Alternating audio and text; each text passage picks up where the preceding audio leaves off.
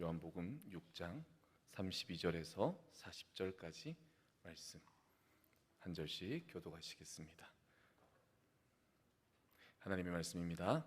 예수께서 이르시되 내가 진실로 진실로 너희에게 이르노니 모세가 너희에게 하늘로부터 떡을 준 것이 아니라 내 아버지께서 너희에게 하늘로부터 참 떡을 주시나니 하나님의 떡은 하늘에서 내려 세상에 생명을 주는 것이니라.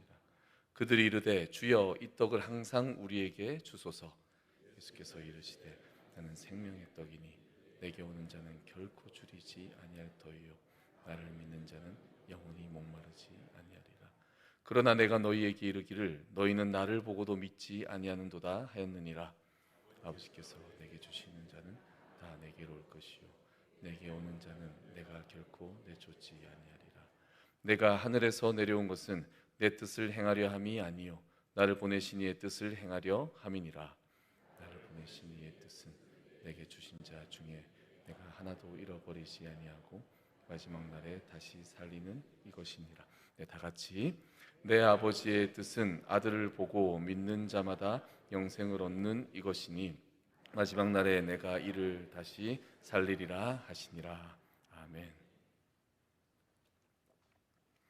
네, 오늘 본문은 오병이어의 기적과 또 관련되어 이어져 있습니다. 그리고 본문 내용 자체가 사실 아주 깁니다. 그래서 시간상 구절을 추렸지만 그럼에도 성도님들께서 이 긴 본문을 읽어야 하는 이유가 있습니다. 뭐냐면 요한복음은 중요하게 다루는 내용에 대해서는 드러나는 공통된 표현상의 특징이 있습니다.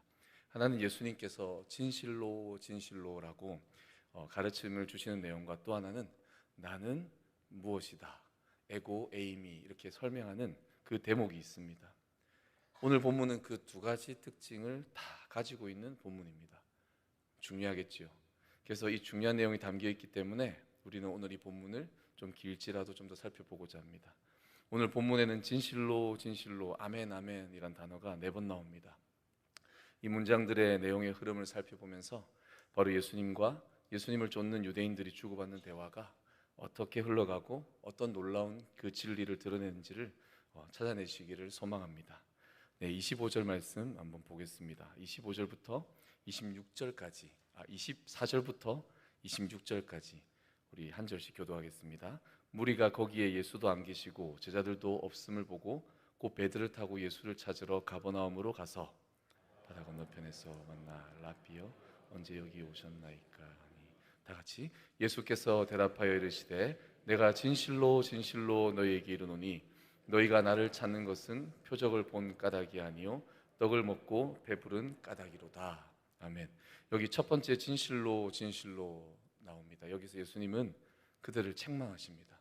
오병이어의 기적을 체험하고도 이 백성들은 표적을 행하신 예수님 자신에 대해서나 또는 표적이 드러내는 진정한 의미가 아니라 바로 표적으로 인해 생겨난 그 결과물에 주목하고 있기 때문이죠. 이 출애굽의 40년의 그 광야 기간 동안 만나를 먹이셨던 바로 그 표적의 역사를 들었던 이 후손들에게 이 광야의 만나가 떠오르는 바로 예수님의 기적을 통해서 예수님은 진리를 가르쳐 주셨습니다. 이 진리는 진정한 만나는 육신의 배부름을 주는 만나가 아니라 참 생명 되신 예수님께서 우리의 영적인 만나라는 것이죠. 자, 민수기 11장 4절에서 6절 말씀 제가 읽어보겠습니다.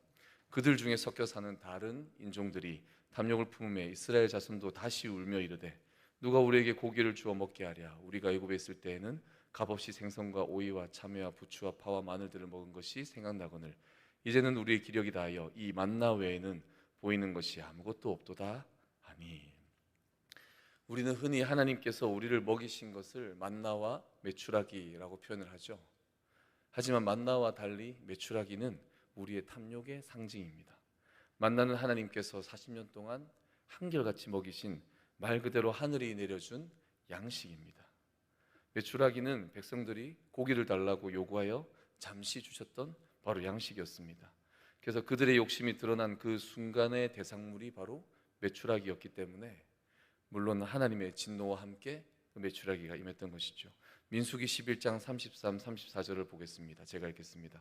고기가 아직 이 사이에 있어 씹히기 전에 여호와께서 백성에게 대하여 진노하사 심히 큰 재앙으로 치셨으므로 그곳 이름을 기브롯 핫다와라 불렀으니 욕심을 낸 백성을 거기 장사했음이니라 라고 되어 있습니다.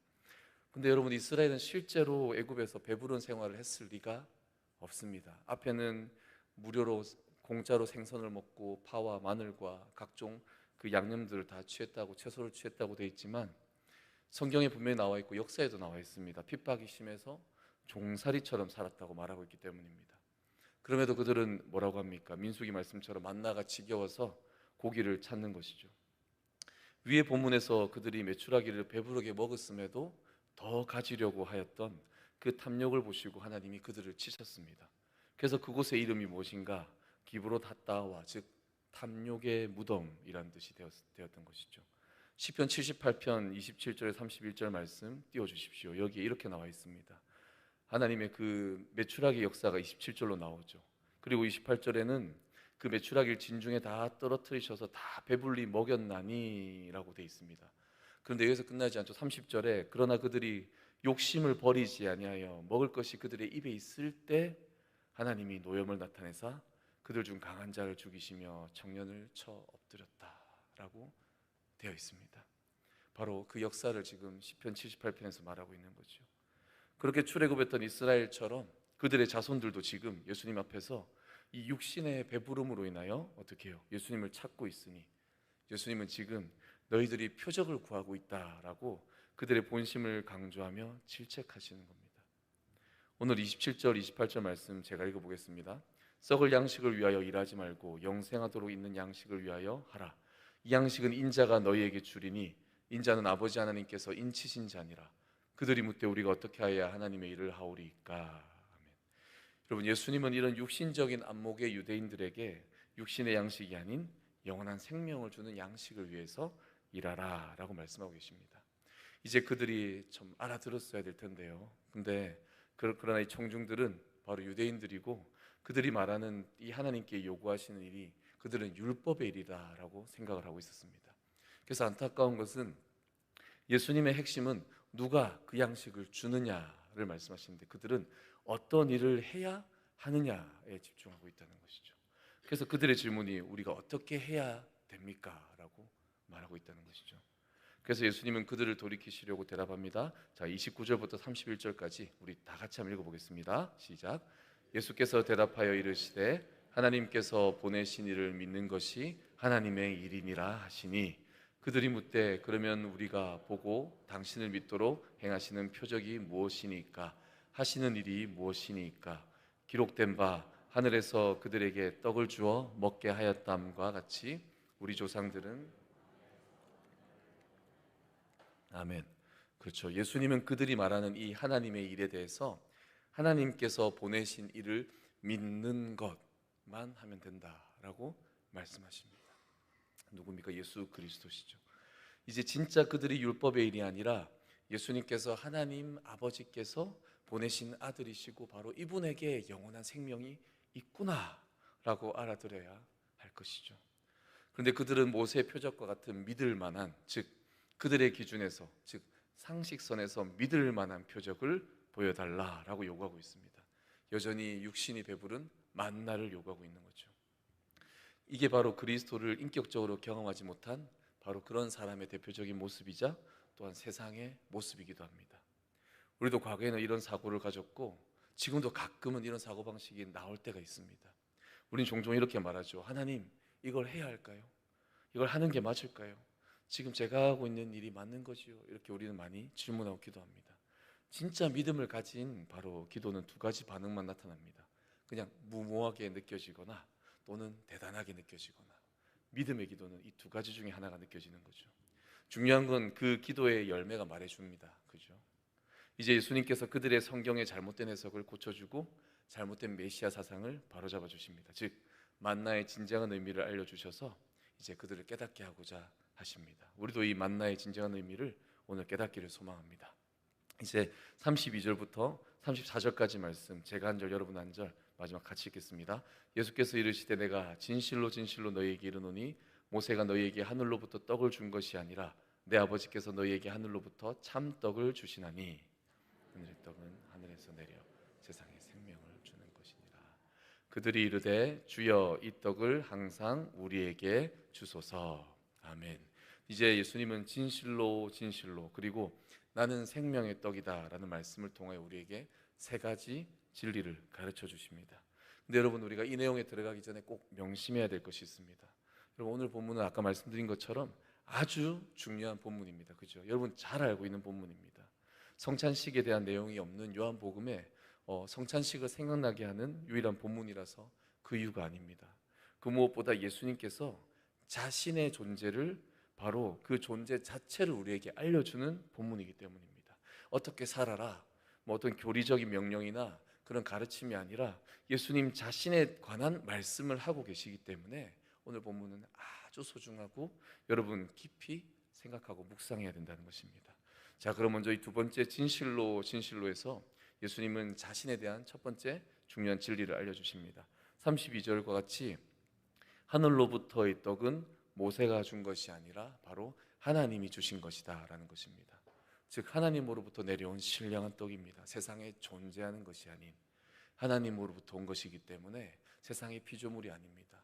또 우리는 그것을 하나님이 주셨기 때문에 우리는 거룩함으로 신령함으로 받아야 하는 것입니다. 이에 그들은 그 떡을 항상 우리에게 누리도록 해달라라고 간구합니다. 그들은 예수님을 주여라고 부르면서 간청을 하지만 여전히 육신의 떡이라는 생각에서는 벗어나지 못하고 있는 거죠. 저라면 포기했을 이 백성들에게 예수님은 끝까지 진리를 가르치십니다. 바로 이 핵심을 가르치기 위해서 어찌 보면 끝까지 집중하신 것지도 모릅니다. 자, 33절에 또 보시면 하나님의 떡은 세상에 생명을 주는 것이라고 가르쳐 주십니다. 이것은 가장 중요한 본문이기 때문에 오늘 요한복음의 큰 특징인 바로 에고 에이미, 나는 무엇이다 라는 본문으로 계속 이어져서 설명을 계속 하고 있습니다. 자, 35절 36절 우리 다 같이 읽겠습니다. 시작. 예수께서 이르시되 나는 생명의 떡이니 내게 오는 자는 결코 줄이지 아니할 터이요 나를 믿는 자는 영원히 목마르지 아니하리라. 그러나 내가 너희에게 이르기를 너는 나를 보고도 믿지 아니하는도다 하였느니라. 아멘. 오늘 본문에서 예수님은 자신을 생명의 떡이다라고 단언하십니다. 자, 47절부터 제가 또 읽어보겠습니다. 진실로 진실로 너희에게 이르노니 믿는 자는 영생을 가졌나니 내가 곧 생명의 떡이니라. 그 뒤에 또 너희 조상은 만나를 먹고 죽었지만 이 떡은 죽지 아니할 것이다 라고 또 말하면서 계속 이어 말하고 있죠. 세 번째 진실로 진실로 나오고 있죠. 여기서 예수님은 자신에 대한 중요한 두 번째 진리를 강조하십니다. 바로 영적인 생명을 소유하고 있다면 우리에게 가장 중요한 것은 무엇인가? 예수님을 이 떡이라는 개념으로서 먹고 살아야 한다는 것입니다. 즉 떡이라고 말씀하신 것은 우리가 예수님을 먹고 건강해지고 살고 자라가는 가장 중요한 바로 영양분이라는 것입니다. 요리의 양념으로 사용되는 것이 아닌 실제적인 생명 유지를 위한 영양소로서 아주 핵심적인 것이 바로 떡이라는 것입니다. 그러므로 이 떡은 죽은 사람에게는 아무런 의미나 효력이 없을 겁니다. 왜냐하면 먹지를 못하니까요. 죽은 자는 떡을 먹지도 입에 넣어준다고 해서 어떻게 됩니까? 소화하지 못합니다. 말 그대로 죽은 자이기 때문이죠. 그런데요, 예수님은 스스로를 뭐라고 합니까? 그냥 떡이라고 하지 않습니다. 뭐라고요? 생명의 떡이라고 말씀하십니다. 무엇입니까? 이 떡은 먹으면 생명을 얻는다는 것이죠. 그래서 살아나게 만드는 떡이 바로 생명의 떡이라는 겁니다. 그러므로 예수님이 말씀하시는 생명의 떡은 산 자에게는 양분이 되지만 죽은 자에게는 다시 살아나는 생명을 주는 떡, 그게 바로 생명의 떡입니다. 그러므로 그리스도는 산 떡입니다. 죄인의 입속에 들어가면 생명으로 다시 살아납니다. 죽은 자가 살아나고 썩은 곳에 새살이 돋는 바로 새 피조물로 만들어주는 바로 생명의 떡이라는 것입니다. 여러분 얼마나 놀라운 우리 그리스도이십니까? 살아있는 자만 살리는 것이 아니라 영으로 죽어있는 자조차도 이 생명의 떡을 먹으면 생명을 얻는다는 것이죠. 그래서 여러분 우리는 기도할 수 있는 것입니다. 죽은 영혼도 살리시는 이 생명의 떡이 지금 우리에게 있기 때문에 우리가 그 소망과 그 소망의 능력과 역사에 의지하여 기도할 수 있다는 것이죠. 이 죽음의 골짜기에 생명의 바람이 불고 마른 뼈 같은 이들이 다시 살아나게 되는 바로 그 생명의 떡이신 그리스도를 전파하시기 바랍니다. 기도와 전도가 계속된다면 결코 줄이지 않는 이 영생의 역사가 계속될 것입니다. 그러나 오늘 본문에서 이 유대인들은 이 생명의 양식이 바로 예수님 자체다라는 사실까지 생각이 미치지 못하고 있습니다. 그들은 만나를 원하고 있지만 예수님은 자신이 만나보다 더 놀라운 죽지 않게 생명을 주는 만나임을 알려주고 있다는 것이죠. 그러나 그들은 예수님의 손 안에 무엇이 들어있는지만 보려고 그 손을 펴려고만 하고 있지 예수님 자신을 맞이하려고 하는 마음은 없다는 것이죠. 그래서 그들 사이에 두 가지, 즉 예수님의 말로 이 두 가지 말로 인해서 그들은 수근수근거리기 시작하였습니다. 예수님께서 하늘에서 내려온 생명의 떡이라는 이 생소한 이 말씀에 예수님께서 하늘에서 내려온 영원한 양식을 주실 것이라는 바로 그들의 믿음의 첫 번째 갈등이 시작된다는 거죠. 이 생명의 유무의 길이기 때문에 결국 이것은 무엇인가 믿느냐의 문제로 귀결이 되는 것입니다. 자, 51절부터 53절까지 말씀 51절 말씀 우리 다 같이 읽겠습니다. 나는 하늘에서 내려온 살아있는 떡이니 사람이 이 떡을 먹으면 영생하리라. 내가 줄 떡은 곧 세상의 생명을 위한 내 살이니라 하시니라. 자, 53절 시작. 예수께서 이르시되 내가 진실로 진실로 너희에게 이르노니 인자의 살을 먹지 아니하고 인자의 피를 마시지 아니하면 너희 속에 생명이 없느니라. 아멘. 지금 예수님은 이 생명, 살과 이 생명의 떡을 계속 말씀하고 계시다는 것이죠. 그래서 네 번째 진실로 진실로가 나옵니다. 여기서 예수님은 자신에 대한 드디어 세 번째 중요한 진리를 알려주십니다. 무엇입니까? 예수님이 생명의 떡이라면 어떻게 해요? 먹어야 한다는 것입니다. 예수님은 자신을 살로 피로 얘기하시며 자신을 먹어라 라고 말씀하신다는 거죠. 바로 예수 그리스도를 믿고 받아들이는 것, 이 믿음의 문제가 드디어 나온다는 것이죠. 이게 바로 생명을 얻는다는 것입니다. 믿음으로 받아들이는 것이 결국 우리의 관건이라는 것이죠. 인자의 살과 피를 먹는다는 의미는 예수님은 자기 자신 자체를 그 생명을 받는다는 것으로 답하십니다. 예수님은 자신의 살만 말하지 않고 피까지 더해서 말씀하셨습니다. 왜냐고요? 살과 피는 바로 한 몸 전체를 의미하기 때문입니다. 그러므로 살과 피를 먹는 것은 어떻게 해요? 그리스도의 몸 전체를 온전하게 먹는, 그러므로 이 성찬의 의미에서 그리스도의 살과 피를 먹고 마신다는 것은 우리가 그리스도를 온전히 먹어 연합하였음을 의미하는 것이죠. 여러분, 먹는다는 것은 정말로 중요한 것입니다. 여기서 두 번째 갈등이 시작됩니다. 하늘에서 내려온 생명의 떡이라는 것도 이해가 안 되는데 도대체 예수님 자신을 먹으라니, 살과 피를 먹고 마시라니, 다른 말로 바꾸면 무엇입니까? 생명의 떡이라고 하시면서 도대체 먹으라는 것은 무엇을 의미하는 건지, 예수님 자신을 알아가면서 우리는 이 세 번째 진리를 통해서 특히 실제적인 삶의 적용으로 나누고자 합니다. 생명의 떡이신 예수님을 먹어야 한다는 것, 이것은 무엇을 말하는 걸까요? 첫 번째로는 바로 말씀을 먹는 것입니다. 여러분, 눈앞에 떡이 있습니다. 이 떡이 어떤 기능을 가지고 어떤 성분으로 되어 있고 이런 것을 아주 잘 압니다. 이 떡이 어떤 재료로 되어 있고 이것을 먹으면 어떤 일이 벌어지고 아주 잘 알고 있습니다. 그런데 중요한 건 먹지 않습니다. 여러분, 먹지 않는다면 아무리 모든 것을 알고 있어도 무슨 소용이 있습니까? 말씀이 우리 안에 들어와 가지고 이 마음밭에 심기지 않는 한 우리의 토양이 어떻게 생명의 토양이 될 수 있겠습니까? 여러분, 만약에 또 바꿔서 생명의 떡을 먹을 자격이 없다고 칩시다. 그렇다고 해서 그 떡을 먹으면 자격 없는 자에게 이 떡이 영양분이 되지 않을까요? 아니죠. 우리의 자격이랑 상관없이 생명의 떡이라는 그 자체 때문에 이 생명의 떡은 자격 없는 사람이 먹을지라도 심지어 양분이 되고 생명력을 발휘할 것입니다. 자격이 없어서 다시 토해내라고 할지라도 어찌되었든 먹으면 분명히 양분이 될 것이라는 거죠. 그렇기 때문에 무엇이 중요한가? 먹는 것이 중요하다는 것입니다. 집에 고이 모셔두고 있는다고 생명을 얻는 것이 아니라 그것을 먹고 나의 몸에 섞어야 한다는 것입니다. 여러분, 이 자리에 있는 저도 여러분 죄인 중에 개수와 같음을 날마다 느끼고 고백합니다. 저도 자격 없는 것 같은 생각이 자주 듭니다. 그렇다고 제가 오늘 주시는 하나님의 이 말씀을 먹지 않고 난 자격 없다고 고개만 내젓고 있겠습니까? 자격 없는 나라고 할지라도 말씀으로 새 생명 허락하신 주님께서 이 먹이시는 이 떡을 저는 오늘도 입을 벌려서 받아 먹고 다시 또 생명력 있게 살아가는 것입니다. 내가 먹었다고 사단이 아무리 나를 정죄하면 너 이런 죄인이잖아, 네가 무슨 자격 있어, 너 좋은 일 해봤어, 너 선한, 너 의인이야, 의인이야 라고 이렇게 말할지라도 여러분, 그래서 내가 자격 없다고 가만히 있으면 되겠습니까? 내 안에 생명이신 그리스도께서 내 안에 역사하실 수 있다면 받아 먹고 마셔야 되지 않겠습니까? 신명기 8장 30절 말씀 제가 읽어보겠습니다. 너를 낮추시며 너를 줄이게 하시며 또 너로 알지 못하며 내 조상들도 알지 못하던 만나를 내게 먹이신 것은 사람이 떡으로만 사는 것이 아니요 여호와의 입에서 나오는 모든 말씀으로 사는 줄을 내가 알게 하려 하심이니라. 아멘. 하나님의 말씀을 내 안에 깊이 넣어서 내 살과 피가 되게 만드는 것이죠. 말씀이 육신이 되시고 그 말씀이 화목제물로 죽으신 것도 무엇입니까? 바로 우리에게 먹이시기 위함입니다. 십자가의 죽으심으로 우리의 죄는 씻겨서 예수님의 살과 피를 드디어 먹을 수 있게 되었다는 것입니다. 그래서 우리는 날마다 말씀을 읽고 날마다 듣고 날마다 묵상해야 합니다. 말씀이신 예수님께서 오늘도 살아서 우리의 삶을 이끌어 가시도록 바로 오늘을 그렇게 먹고 마시며 살아야 된다는 것입니다. 지난주에 성찬식을 했습니다. 그리고 몇 주 후에는 세례식이 있죠. 결국 성찬식은 무엇입니까? 우리의 바로 이 믿음을 증명하는 것입니다. 말씀을 날마다 먹으며 산다는 것, 그리스도와 날마다 연합하여 산다는 것, 바로 이것을 바로 그리스도인의 삶을 증명하는 것이죠. 그리고 세례는 무엇입니까? 우리가 새 피조물이 되었음을 증명하는 것입니다. 그것을 드러내고 믿음의 형제들과 공동체 가운데 우리가 공유해야 된다는 것입니다. 56절, 57절 말씀 우리 다 같이 읽겠습니다. 시작.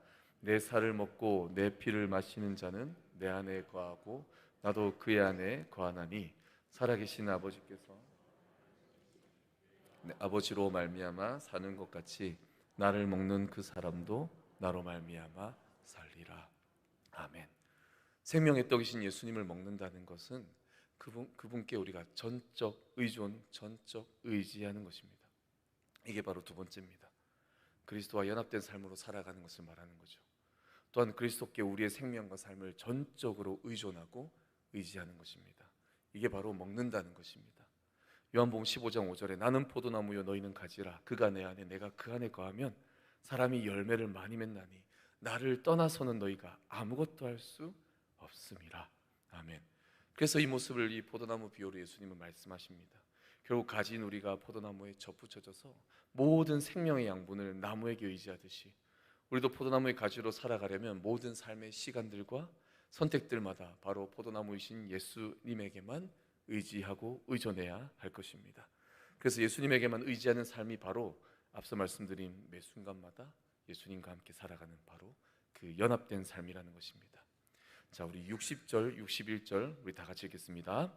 제자 중 여럿이 듣고 말하되 이 말씀은 어렵도다 누가 들을 수 있느냐 한데 예수께서 스스로 제자들이 이 말씀에 대하여 수근거리는 줄 아시고 이르시되 이 말이 너희에게 걸림이 되느냐. 아멘. 여러분, 예수님께서 하신 이 말씀이 어렵다는 의미는 이해하기 어렵다가 아니라 받아들이기 어렵다라는 의미입니다. 우리의 삶이 너무나 육신적이다 보니 예수님께서 요구하시는 바로 이 영적이고 생명에 관한 일에 이 동참하기 위해서는 바로 끝까지 우리는 제자의 마음가짐이 필요합니다. 그래서 예수님은 그들에게 그러한 사실이 걸림이 되느냐라고 물으시는 것입니다. 바로 이해의 과정보다 이 수용의 과정을 지금 요구하신다는 것입니다. 믿음의 문제이지요. 자, 66절부터 69절까지 제가 읽어보겠습니다. 그때부터 그의 제자 중 많은 사람이 떠나가고 다시 그와 함께 다니지 아니하더라. 예수께서 12제자에게 이르시되 너희도 가려느냐? 시몬 베드로가 대답하되 주여 영생의 말씀이 주께 있사오니 우리가 누구에게로 가오리이까? 우리가 주는 하나님의 거룩하신 자인신 줄 믿고 알았사옵나이다. 아멘. 이런 너무나 중요한 말씀을 하셨기에 이제 백성들은 이 진실을 감당하든지 아니면 포기하든지 두 갈래 길에 서게 되었던 것이죠. 결국 수많은 사람들과 제자들은 포기하고 떠납니다. 그들에게 너무나 많은 것을 요구하신다는 생각과 그들이 생각했던 것, 이 원하는 것을 얻기 힘들다라고 생각했기 때문입니다.